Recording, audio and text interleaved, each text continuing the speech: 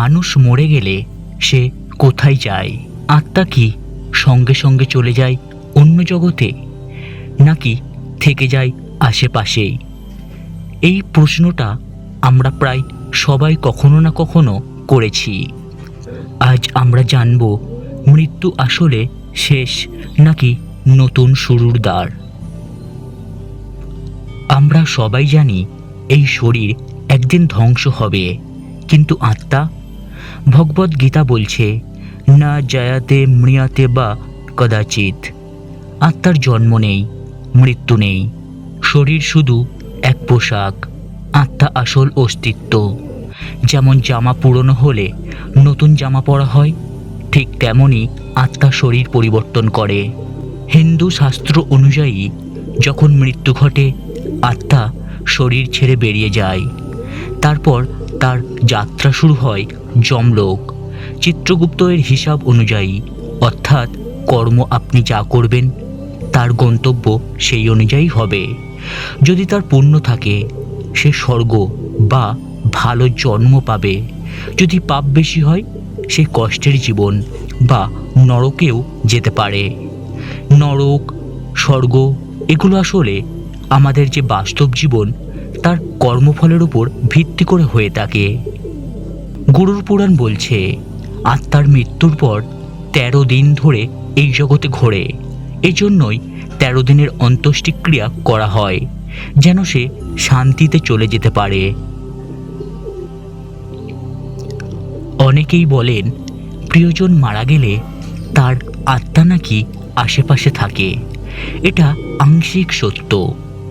আত্মা যদি খুব বেশি আকাঙ্ক্ষা, প্রেম বা দুঃখ নিয়ে চলে যায়, তবে সে মুক্তি পায় না। তখনই সে অমুক্ত আত্মার রূপে এই জগতে বিচরণ করে। তাই প্রার্থনা, পিণ্ডদান, পাঠ এসব আত্মাকে মুক্তি দিতে সাহায্য করে থাকে।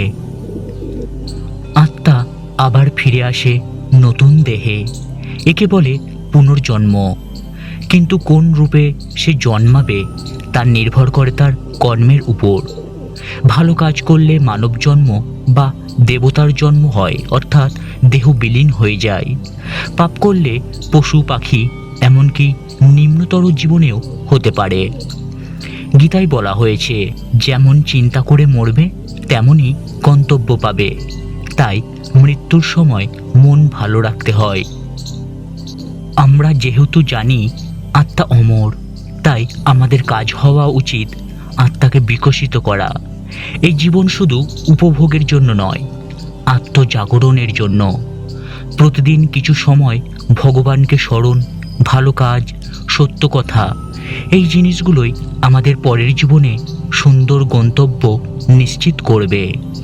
মৃত্যু এক যাত্রার শেষ নয়, আত্মার এক নতুন অভিযাত্রা। আপনি কি বিশ্বাস করেন মৃত্যুর পর আত্মা কোথায় যায়? কমেন্টে জানান আপনার মতামত। এমন আরও আধ্যাত্মিক ও গভীর সত্য জানার জন্য সাবস্ক্রাইব করুন ভক্তিপথ এই চ্যানেলটিকে। আর চলুন একসাথে সত্যের পথে। এতক্ষণ ধরে মূল্যবান সময় নিয়ে আমার এই প্রতিবেদনটি দেখার জন্য আপনাকে জানাই অসংখ্য ধন্যবাদ।